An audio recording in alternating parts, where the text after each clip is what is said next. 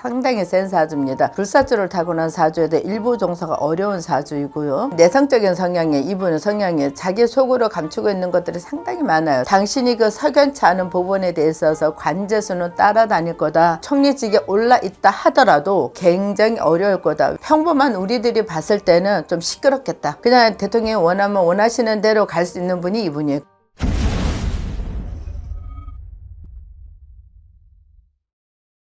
안녕하세요, 선생님. 안녕하세요. 일단 요즘 최근에 이제 김민석 총리 후보자님, 네, 내정자라고도 예, 하는데 예. 이분이 이제 뭐 최근에 논란이 많이 있더라고요. 예, 그렇죠. 이분에 대해서 예. 한번 궁금해서. 아, 그럼 생년월일 한번 줘보세요. 네.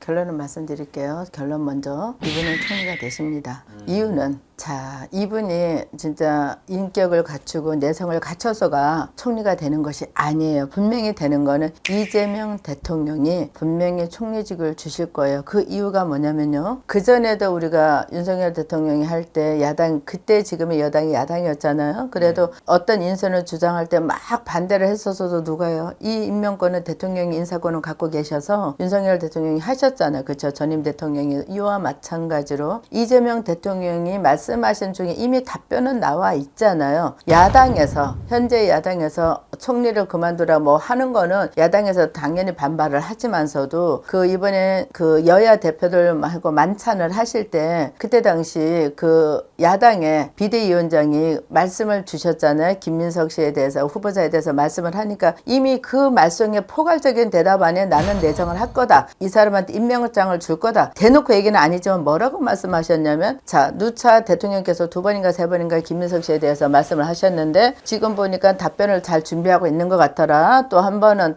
이제 청문회 봅시다. 자 그리고 났는데 이번에 마지막 또 그 관제에서 만났을 때 뭐라고 하셨어요? 이재명 대통령께서 청문회 하는 걸 잘 지켜봅시다 라고 얘기를 하셨어요. 그 얘기는 마음에 변심이 없다는 얘기예요. 이미 마음속에 총리는 김민석으로 정해놓고 있는데 자 김민석 씨 사주를 보면 이 사람 사주가 상당히 센 사주입니다. 불사조를 타고난 사주에도 일부 종사가 어려운 사주이고요. 많은 좀 내성적인 성향에 이분의 성향에 자기 속으로 감추고 있는 것들이 상당히 많아요. 사실은 여당도 야당도 아닌 제가 중립에서 말씀을 드리고 또 공수로다가 영적으로 봐달라고 하는데 첫 번째 영어로 봤을 때는 총리가 된다고 말씀드렸고 이유는 설명을 해줬고 또 김민석 후보자를 보면요. 사실은 석연치 않은 게 너무나 많아. 그런데 우리나라 사람 5천만 이상을 갖다 다 봤을 때 하나도 5점이 없는 사람이 없는 건 아니에요. 하지만 이 자리가 총리는 제2인자 자리잖아요. 그래서 깔끔하고 그런 사람이 됐으면 좋겠다라고 야당에서 쉼없는 계속 이렇게 조사를 하고 있지만서도 총리가 되는 건 맞는데 김민석 총리가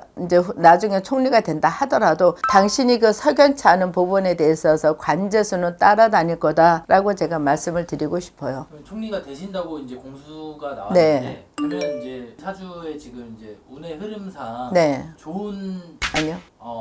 절대 아니요. 이 김민석 후보자가 내정자가 지금 이렇게 사생활을 뭐 개인 결혼을 한 번, 2번 그건 중요한 게 아니에요. 그거는 개인의 사생활인데 자 공적인 업무를 맡아야 되는 우리나라 2인자인 총리직을 맡아야 되는 사람의 그 심성과 인격을 보자는 거예요. 품위를 보자는 거예요. 근데 이 사람은 지금 계속 야당에서 이렇게 어떠한 답변을 요구한 것에 대해서 그냥 대충 뭐 어차피 나는 이재명 대통령이 나한테 뭐 해줄 건데 라는 그 아니한 태도가 너무나도 우리가 보통 시민이 볼 때도 눈에 많이 보인다는 거예요. 근데 이 사람이 지금 야당에서 흔히 뉴스를 많이 접해보면 야당에서 그 현금화되어 있는 모든 것들이 정확하지 못하고 진실되지 못하다. 그러면 이 총리라는 자리는 대외 전 세계를 다 알아야 되는 자리인데 내 자신은 깨끗하지 못하고 내 자신이 솔직하지 못한데 과연 그 인정을 국민들한테 얼마나 받을까? 뭐 야당에서는 뭐 사퇴하라는 거는 걔네들이 하는 구호 얘기인 거고 사퇴는 절대 안 하실 분이고 총리는 가는 건 맞는데 인격이나 품격이나 모든 내성을 봤을 때는 깨끗한 총리가 못 되고 또 총리직에 올라 있다 하더라도 굉장히 어려울 거다. 왜? 관제수가 지금 이미 관제수 검찰에서 조사 들어간다고 하잖아요. 그렇죠? 물론 뭐 관직에 계시니까 뭐 어떠한 백이 있어서 어떠한 힘으로 어떻게 막을지는 모르겠지만 평범한 우리들이 봤을 때는 좀 시끄럽겠다. 전 그렇게 봅니다. 이재명 대통령하고 호흡은 궁합